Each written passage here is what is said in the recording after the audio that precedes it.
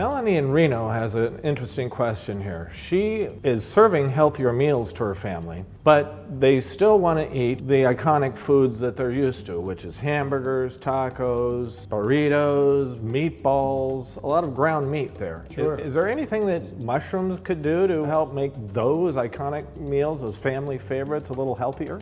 We went into the kitchen and explored this and came up with a great strategy where you take meat and chopped and sauteed mushrooms and you blend the two of them together in a way that the flavor of the meat is better, the moisture retention in the meat is better. You've introduced more vegetables, you've brought the saturated fat down. There's a lot of different reasons that it makes sense, offering up healthy food in a way that's delicious.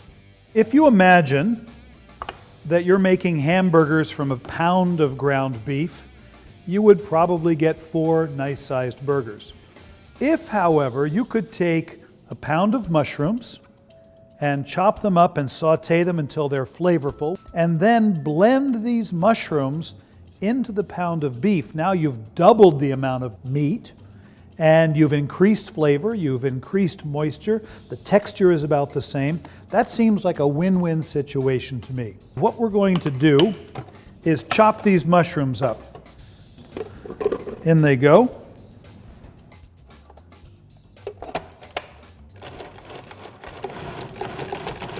And we're done. The next thing we want to do is saute these mushrooms. The pan is nice and hot, a big pan so that I'm not going to overload it. In goes oil.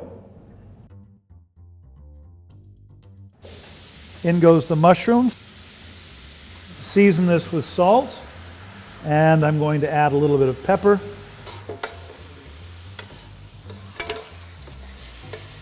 Okay, so let's build a burger that's a little healthier. Here's a pound of ground beef. I'm going to put that into the bowl. Typically, I would season that with some salt and pepper, and so I'm going to make that happen.